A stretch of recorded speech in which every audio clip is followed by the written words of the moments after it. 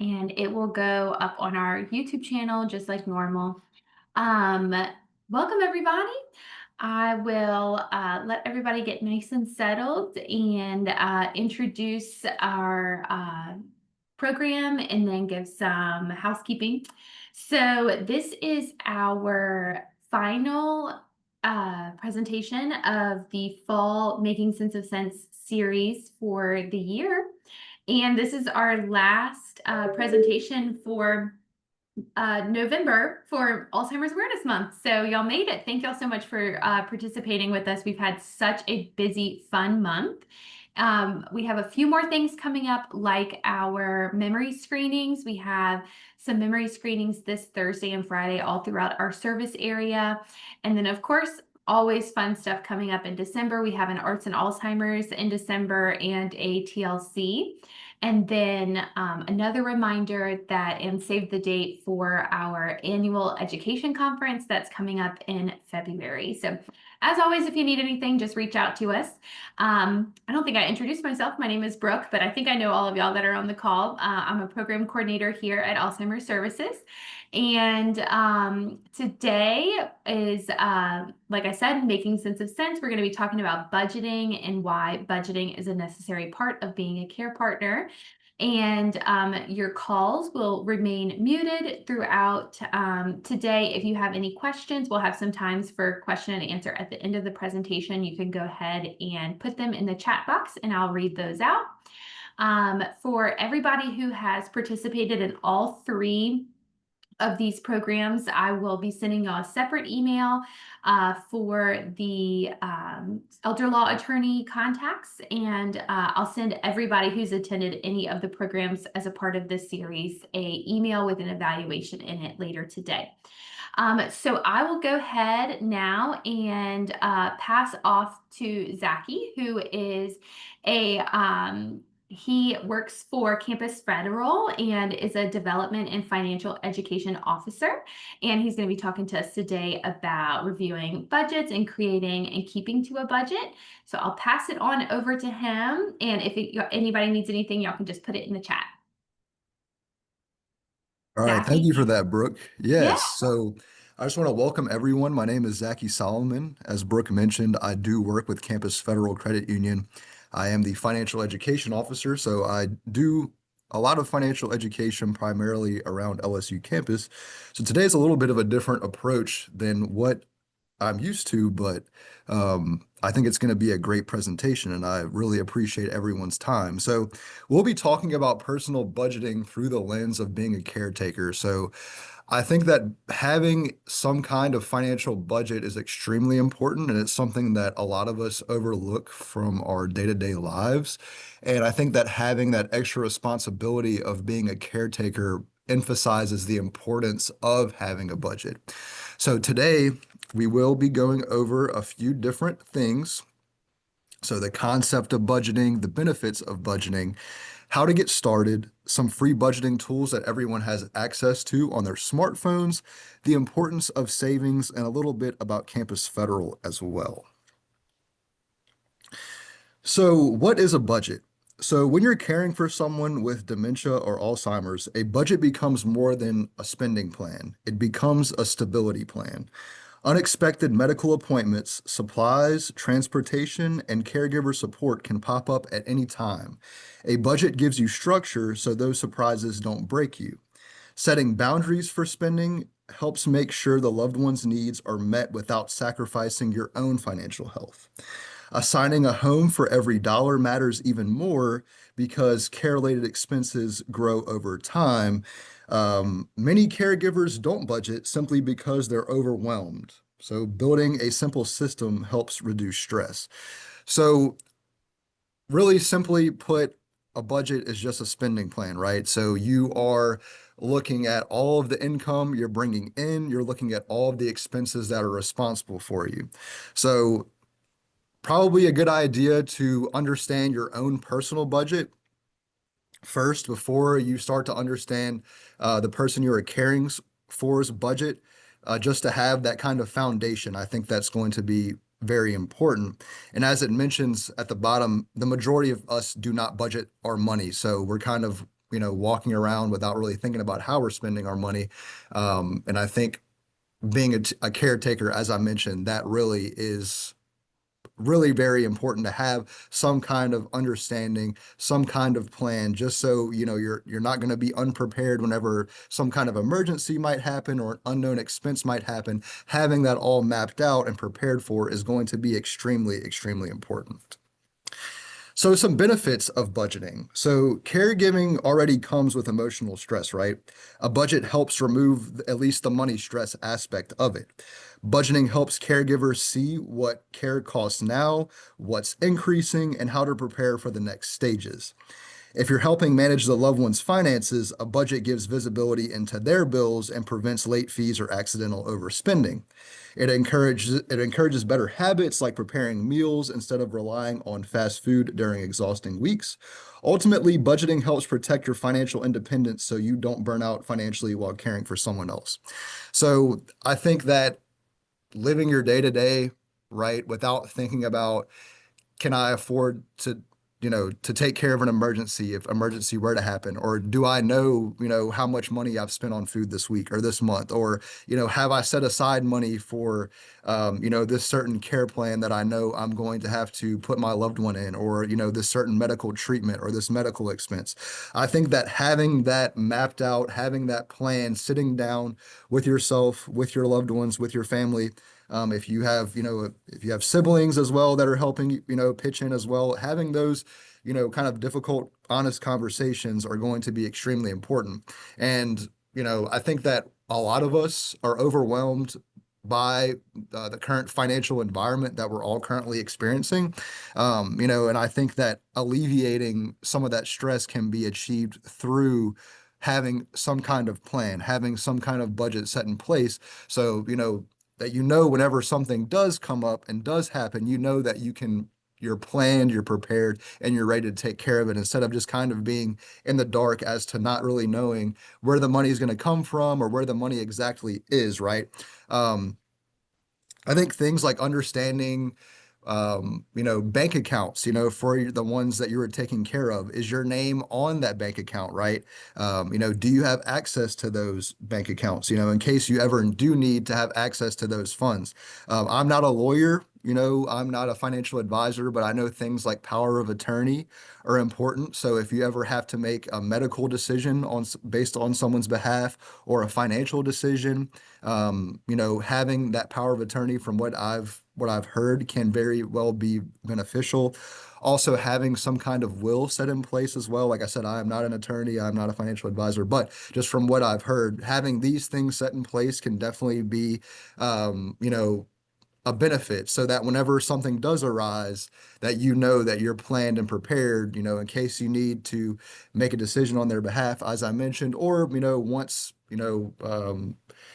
your loved one does pass on, that everything is set in place to where all of their assets are going to go and where all of their, finances are going to go. So I think having those conversations is extremely important. And I think Brooke mentioned they have some kind of lawyer or attorney that they, work with. So I think definitely do your research and seek out the financial professionals that can do all of those things for you, because I definitely think that that would alleviate some stress as far as planning goes for the future as well too. So where do you start? So definitely start by identifying both your income and your loved one's income. So they might get Social Security, they might get pensions, they might get disability, so forth. Caregiving often blends finances, right? Track both your spending and their spending. Small costs like gas for appointments or personal care items, they definitely can add up.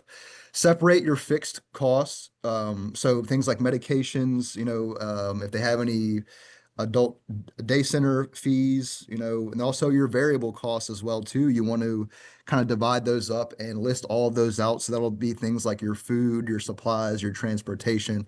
And then we do talk a lot about the 50/30/20 rule. Um, so it's kind of like a priority kind of thing. I generally talk about this just kind of in general budgeting. So a lot of people are like, how do I kind of have a balanced budget? So we say 50% should go towards your needs, 30% should go towards your wants, and 20% should go towards your savings. But that's just kind of a general rule for your own personal budget, which I mean, you can kind of adjust as needed there. But the bottom line here, which I think is very, very important, so set clear goals. So maybe, you want to save $100 every month for future care needs, right? Or, you want to reduce your grocery overspending, or you want to pay down, your certain debt. But, in the lens of caregiving, I would say, what exactly are you trying to achieve, right? Are you trying to set aside enough money to where, you're not going to have to rely on credit cards or borrowing money to take care of certain medical expenses, right? As I mentioned, all of our goals are going to be a little bit different and subjective to our financial situations and, our family lives and how much income we make and what we're exactly trying to achieve. So I would definitely have those conversations, set those clear goals. And I think that setting clear goals is extremely important, especially whenever you are budgeting, just because it helps keep you motivated. It helps keep you on track and disciplined, just to stick with it because, you want to achieve those goals and it's going to take some planning. It's going to probably take multiple steps. But if you're determined, if you map everything out, say how you're going to achieve those goals and then have it, clearly, mapped out for you, you should have no problem achieving it. So definitely start to think about what exactly, where are some problem areas when it comes to my finances and, having to take care of someone. What are some things that maybe we don't have it all mapped out quite yet? How are we going to achieve that? Whether it be, building a budget or whether it be meeting with a financial professional and, having all of those things kind of laid out and planned is extremely important. So what a budget is not. So I think that a lot of people, especially in today's society, they kind of think that budget is a bad word, like it means that you can't enjoy life or you have to eat ramen noodles every night. But that's not necessarily the case. So a budget isn't a punishment and it's not here to take away what little free time or that a lot of us have, right? It's really to set, like I said, those goals and kind of give yourself a little bit more freedom to do things that you actually want to do. It's also not set in stone. So, especially, with taking care of others, I'm sure it's going to change, over time as, maybe your financial situation might change. Maybe, their situation might change, right? So I think that constantly adjusting your budget is going to be important just for, the things that come up. It's also not a quick fix, right? So it can be very expensive, right? So, um, the disease, right, might might progress. It might become more expensive. So just know that, just because you do make a budget doesn't necessarily mean that it's going to be a quick fix, but I think that it is extremely important and can help alleviate a lot of problems and fix a lot of stress as well too. Um, so don't be unrealistic as well too. Don't say, if I budget, I'm going to be able to take care of all of my expenses after 1 month and I'll be able to pay off all my debt and all of that stuff, right? So, you want to give yourself some grace and set attainable goals, especially whenever you're first beginning, kind of set those easy to achieve goals. Maybe you just want to set aside a little bit of money, for the month, right? And start building upon that. And as time goes, grow that savings account, right? So you want to have those little goals where you build confidence enough to where, you can set some higher goals for yourself. And over time, you should be able to achieve that, right? So it's not about perfection. It's about, staying in control during a time where a lot of things might feel out of your control, right? So we can only control those things that, that we're in control of, right? So there's certain things that are out of our control that we may not be able to, um, you know, be able to take care of. But I think that, we can only control what we can. And I think that having some kind of budget set in place is definitely a great start to being in more control of those things.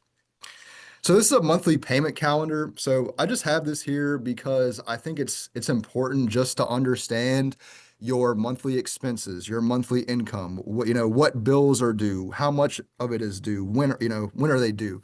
Especially when taking care of someone, right? I think it's important to understand like what bills do they have due, right? How are they making those payments? Is that something that they're getting in the mail, right? Or is that something that is automatically drafted from their account? So understanding that I think is very, very important. Caregivers juggle appointments, medications, and routines. And this can make it easier to miss payment dates just because, we're all so busy with life and everything else. I think that having something that's kind of mapped out of the big picture of the month really can help things become organized. And a lot of the time, I know with Campus Federal, I'm not sure about other financial institutions, but we actually track your monthly spending for you. So at the end of every month, you can see like how much you're spending on what, and that's kind of a great blueprint for your budget. But definitely just having a good idea as to when and how much of the bills are being paid. I think that's extremely important because you're taking care of someone, but you still want to make sure that their bills are being paid on time and understanding all of that. So, if that means, looking at just simply asking them or going through their mail or maybe some of your utility providers, giving them a call and telling them the situation as well. So I think that's extremely important. So how to control overspending. So, um, I know we all live busy lives, right? Especially people that are caregivers. It's probably easy to rely on things like takeout or quick meals or DoorDash or something like that. So I think that can definitely be a cost that can build up very quickly. So I think being mindful of that is definitely important. Also, any sort of monthly subscriptions that might be unnecessary can definitely be important, even for the ones you're taking care of. Maybe they might have some sort of monthly subscription that they don't really use along with yourself, right? So I think that that's something to consider just because in 2025, we do have a lot of options for monthly subscriptions. Um, and then also credit cards. As I mentioned, like if one of your goals or your budget might be to pay down your debt or not have to rely on credit or borrowing money when having to take care of someone. So I think that being mindful of credit card debt is definitely important. I mean, I think that a lot of us do use credit cards and there's nothing wrong with that, but just being mindful of it and making sure that you're not leaning on credit cards too heavily just because that they can accrue interest and that can just cost you more money over time. I think that that can definitely be very important just to consider. And then also weighing your options. So, we have a lot of different choices for different things. So, nothing wrong with generic brands. It doesn't always have to be, Whole Foods, designer brand, right? So I think that that's just a simple way for you to cut back as well too and save money. And then also negotiating your payment with your bill providers. You never know, right? Even like medical providers, right? If you ask them, hey, is there any way that you could work out some kind of payment plan? Or maybe, if there's an interest rate on a payment, lower the payment or lower the monthly payment. You never know if you ask, right? So even with like, your phone bill, if you say, I'm going to leave AT&T and T and I'm going to Verizon, they might tell you, well, hey, don't leave, I'll give you a special deal, right? So that is something that, always you never know if you ask, right? So if you don't ask. So budgeting tools. So if you are interested in building a budget, these are some definitely great free apps that can allow you to build a budget. So Dave Ramsey's app is Every Dollar. It's a very simple, straightforward app where you can create your own categories and subcategories, and it creates a nice pie chart which shows which percentage of your income is going towards your expenses. There's NerdWallet, there's Rocket Money, there's Quick and Simplify. So there's a lot of different options for free budgeting tools. So maybe you want to download a few of them and see which one kind of you find to be the most user friendly. And as I mentioned here, the Campus Federal app, if you do bank with us, it does categorize your spending for you as it shows here on the smartphone.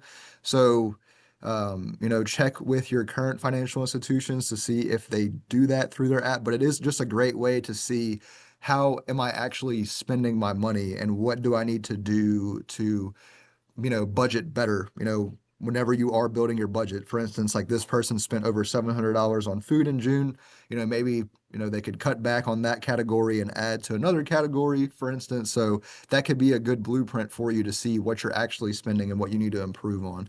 And we do have a financial education portal, which I do have a slide about at towards the end that does show all of the modules that we actually do offer on our website for free. So if you are interested in learning more about the right way to build a budget or debt management or other anything, finance wise, we have that. Now, this is just kind of a little example here about daily spending. So, I like to drink coffee. I think a lot of us do. So it's just kind of an example about, daily spending and how much it can add up. So a coffee a day, let's say you spend $6 per day on a coffee. That's $30 per week, $120 per month, and that's almost $1,500 per year simply spent on coffee. So not saying don't buy coffee, right? Because, we're gonna buy coffee every now and then. There's nothing wrong with treating yourself, but just to keep in the back of your mind that $6 may not seem like a lot, but truly it really can add up to a substantial amount that really could be used better geared towards, your goals that you set for yourself. So again, nothing wrong with buying coffee, but just putting that into perspective. And then also fast food meal a day. So we did recently adjust both of these numbers. We have the average of $15, and that's just for one person. So if you have, like I said, loved ones or a family, it's going to be higher than just $15, right? So again, just as an example, $15 a day, $75 per week, $300 per month. That's $3,600 per year. So that's a lot of money simply spent on fast food. So again, just to keep in the back of your mind, not saying don't buy fast food, not saying don't buy coffee, but that $15, $6 may not seem like a lot, but that daily spending really truly can add up to be something substantial that money may be better used in a different category or something, like I said, along the lines to achieve your goals. So I think that saving money is extremely, extremely important. I think that all of us, no matter what your income level, your background, your occupation, all of that, I think that saving money really is important. So caregiving definitely requires a safety net. Unexpected medical needs, emergencies, or care can come up at any moment. So having that kind of safety net and preparedness really, makes those stressful situations less stressful. Say, like I said, helps prevent overspending, helps prevent relying on debt. And, even if you have some kind of emergency fund of 3 to 6 months of expenses, I think that that's extremely, extremely important. So that's something that we emphasize a lot at Campus Federal is having some kind of emergency fund, just for yourself, for your loved ones. Any kind of emergency arises, having that money set aside. Now, if you have a savings account, definitely ask those questions, right? Is there any kind of monthly fees? Is there any kind of yearly fees? The person you're taking care of, do they have a savings account set in place? And as I mentioned, right, is your name on their account? Is that something that maybe you would be interested in to have access to their funds just in case you might need access to their money? That's definitely all good conversations to have and good things to consider. You can also have automatic savings deposits go from your checking to your savings account. So that's a good way to kind of automatically save money without really thinking about it and just kind of automatically does that for you. It also simplifies budget adjustments too. So maybe you overspent in one category, but you have money set aside and saved. So you can, allocate some of that saved money to that, that category that, make sure that you pay your light bill on time or your energy bill on time. So that really does simplify. But I think that saving money is something that we definitely all of us really could do more of. I think that's super important. Even if you just start off at $25 a month, which I think is our minimum for the automatic savings deposit. So really getting to that habit of saving, I think really is very, very important.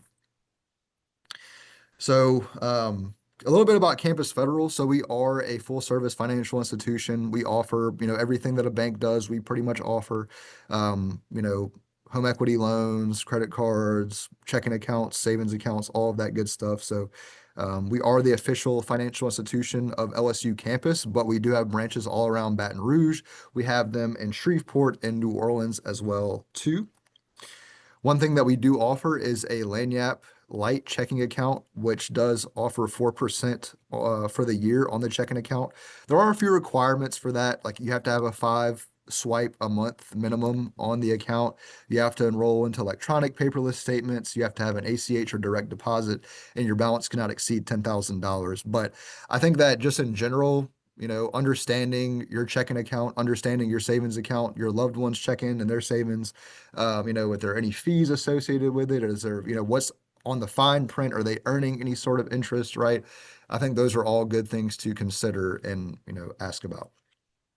So these are all the things that we offer. We offer Zelle, we offer, mobile wallet, we have Campus Click mobile deposit, so you can take a picture of a check and deposit in your account.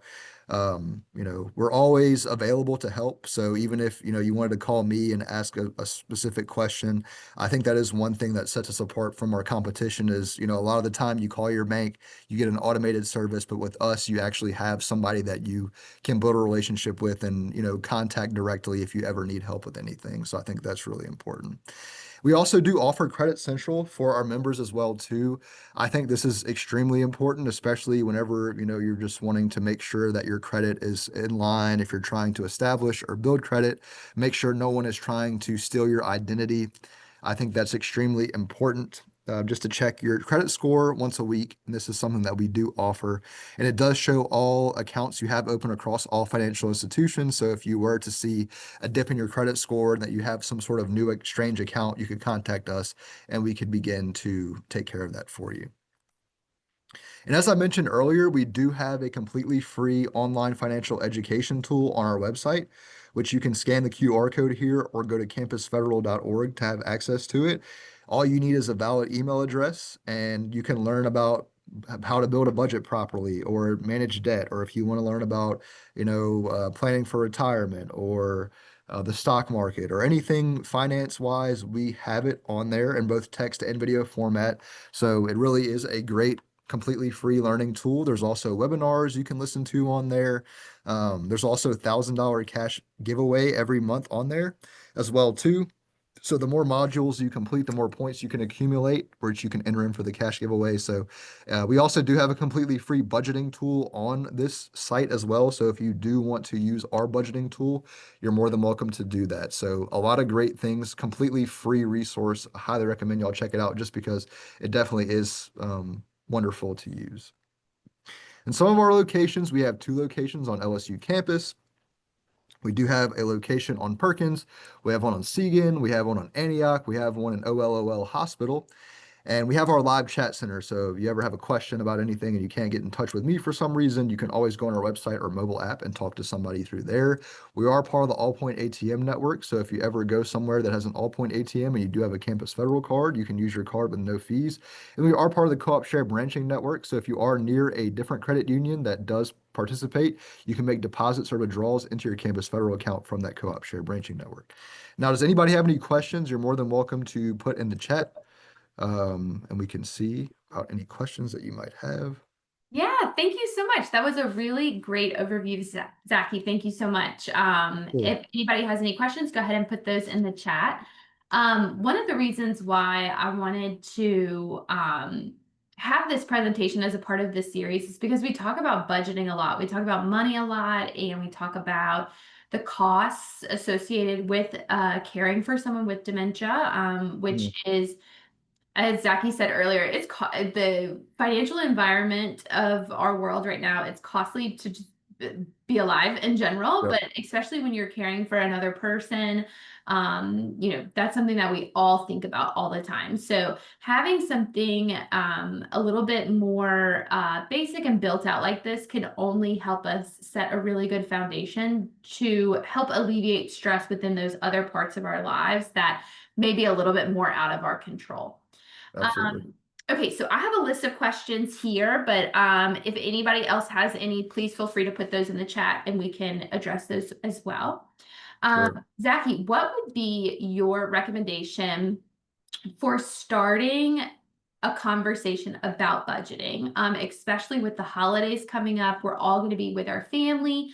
So Mhm. let's say it's either, a parent wanting to start a conversation with their adult children about, Mhm. involving them within their finances, or if it's, a power of attorney coming to their loved one with, how to start that conversation about money, because some people are uncomfortable talking about money. Sure.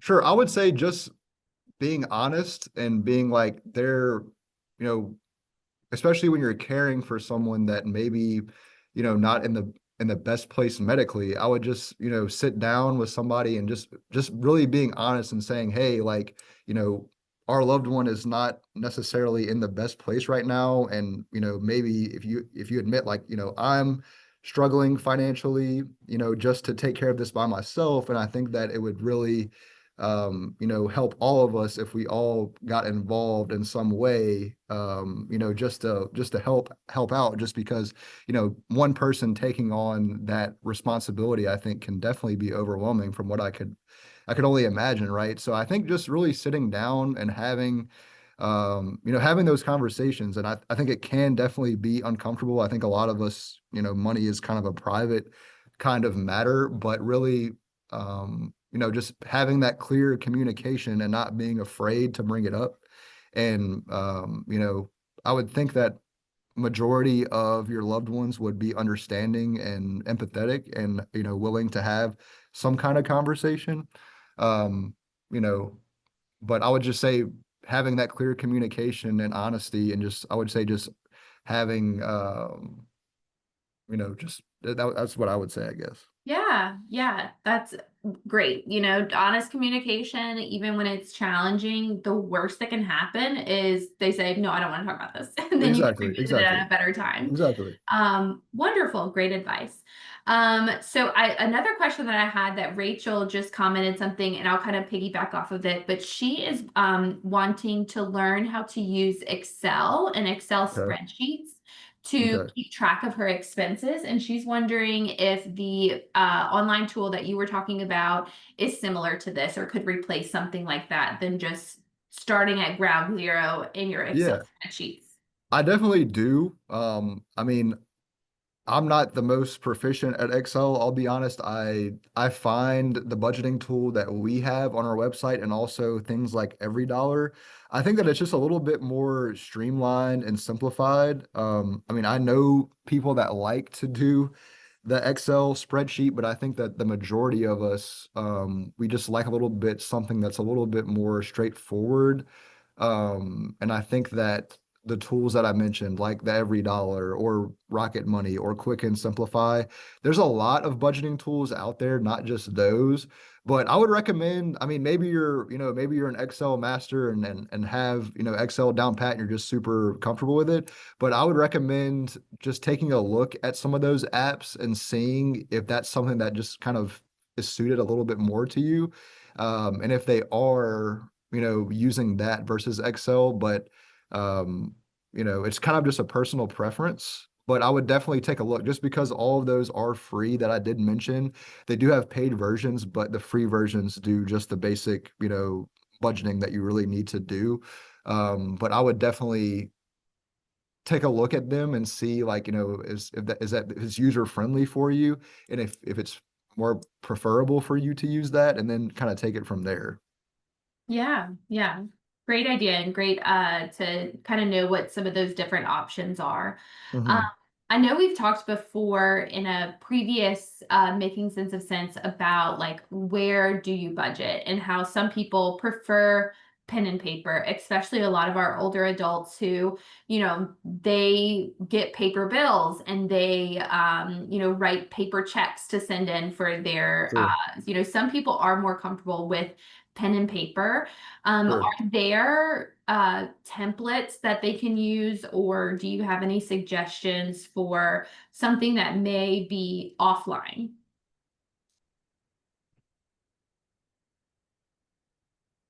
So like a template for like maybe like Like a writing out. budget, like to pen and paper budget.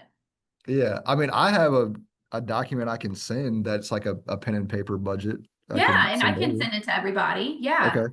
Yeah, I can do that. Yeah, we do have that. And I'm trying to think if it's downloaded from our website. I want to say, but I can send that to you because I want to Perfect. say that our budgeting tool on our website does have like a PDF you can download and print.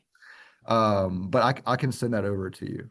Perfect, perfect. And sometimes even whenever I do my own personal budget, um, it kind of can feel like a mountain whenever you're looking at it and you feel kind of overwhelmed by it. But having Sure. like the like cliff notes or like the shorthand off to the side on a piece of paper on a budget also I feel like could help. I don't know. Sure. What would you say to somebody that has that feeling of like they feel overwhelmed by the mountain that is in front of them that is like budgeting or budgeting someone else's money? What would you say to that person? Sure. I would say take a deep breath. Maybe just try to relax, in whatever way that you find to be relaxing. Like, maybe if it's going outside, taking a walk, spending time with your loved ones, listening to music, exercising, and also just taking that first step. I think that that's a really, with a lot of things, right? I think that a lot of us, we have maybe anxiety or feel overwhelmed, but once you just kind of take that first step to achieving that or towards, your goal is to build a budget, just doing the first step of mapping out what your income is or mapping out what your expenses is. I would say just getting started, trying to get over that hump of just getting started, I think it would be substantial and a big deal. I think that would probably be what it would be. Great, great. So going back to how just mentioned that a lot of older adults, especially people that, are 80 plus, they are used to receiving paper bills and sending in paper checks. In the example, like I am assuming financial care for my loved one that all of their stuff comes through by mail and it's not automatically drafted or anything like that. How would you suggest to organize that or kind of approach something that is not online? Mm. I would definitely try to organize all the bills that they get. So whether it be through the mail, like make sure that you know of all the bills that you're getting through the mail. And then I would contact the provider and see if there's, an ability to have them, automatically drafted instead of being through paper. So, um, I think that would make the most sense. Okay, okay, good deal.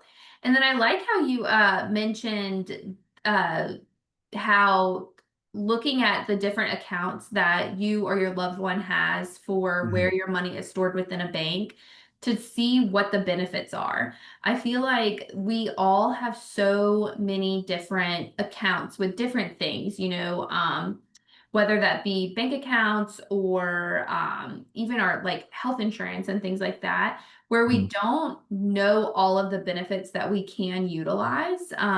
So especially if, your money or your loved one's money is in a checking account versus a savings account, which could be accruing interest or something like that. I think Yeah, it's an important point that you brought up of, seeing what benefits are actually available to you so that you're, you know, working smarter, not harder for all of that. exactly.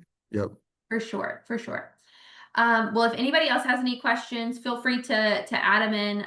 If not, I have just one more question. Um, Financial scams. You talked about it whenever you spoke about Credit Central, how like monitoring your credit score could help look out for financial fraud. What are some other suggestions that you have to either reduce your risk of scamming or um, ways to prevent that? Yeah, I would say always in the back of your mind, be skeptical. So, like, as far as phishing emails, like scam emails or scam texts. So, I think that the biggest red flag when something is a scam is a sense of urgency. that they try Mhm. to create. So if you ever get like a text message or an email that says your account has been deactivated or your account has been locked or your payment is late, I would be extremely cautious and skeptical of those things. So if you ever receive any kind of message where you are start to feel anxiety or urgency, I would say stop, don't panic, and then contact whatever provider that is directly.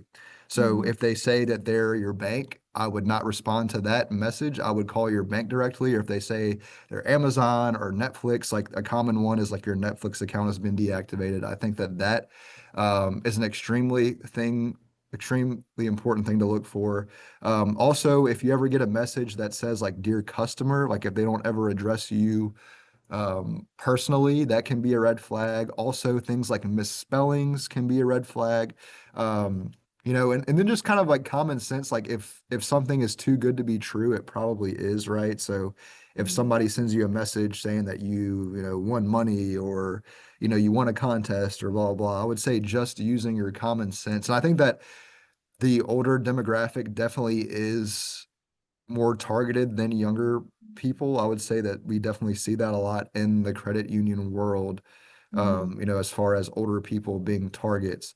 So I would just, definitely, if you're unsure, if you get a message and you're unsure, I would probably reach out to a family member that maybe, is more experienced in technology or the internet, and also just don't necessarily believe everything that you receive, right? Just because they are claiming to be somebody, they might even be claiming to be your loved one, right? I mean, it's getting kind of scary out here, especially with AI and all that stuff. So I would just say always in the back of your mind, just have that idea that there are scammers out there, and if somebody's trying to scare you or create a sense of urgency, really just kind of step back and try to view the situation, and kind of just a lens of um, being, I guess, aware Cautious. that something might happen. Exactly. Yeah, exactly. Yeah, I think that's a great point, and especially with our loved ones with dementia. I mean, this type of financial scams, that can happen to absolutely anybody. Anybody Yeah, could, buy into something like that. But especially our loved ones with dementia who are more vulnerable, especially with their rational decision making. mhm, Having um, allowing limited access to things like unprotected phone lines where the bank could call and ask for money, or sure. I know even here at work we get calls from AT&T asking for our account information when we don't even have AT&T. So Yeah, having those protective guidelines, or those sure, protective measures, thinking about those so that to eliminate financial scams as much as possible. sure. Well, good deal. Well, I think if anybody doesn't have any other questions, that concludes our presentation today. I hope everybody learned something helpful. I know I did. And I will wait for that PDF from Zacki, and then I'll send a follow-up email to everybody that's participated within Making Sense of Sense. And if anybody has any questions, as always, y'all can reach out to me. But Zacki, thank you so much for your time today. I appreciate it. Yep. Thank y'all so much. Have a great day. Yeah, thanks. Y'all take care. All right.